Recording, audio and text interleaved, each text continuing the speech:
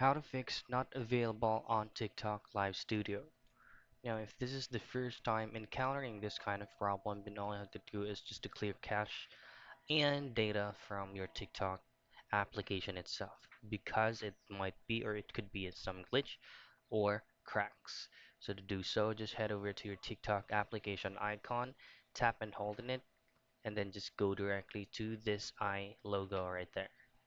And here you just have to comply both off clear data and clear cache. Now, once everything is cleared, then you just have to rerun your TikTok application and check if the issue is already been resolved. If not, then we'll have to coordinate with one of the support from TikTok.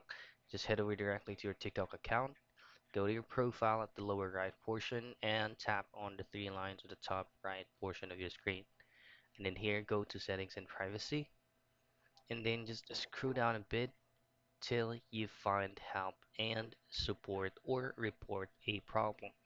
And here you just have to choose on appropriate interfaces or appropriate fields for you to be able to explain the description on what exactly happens from your application.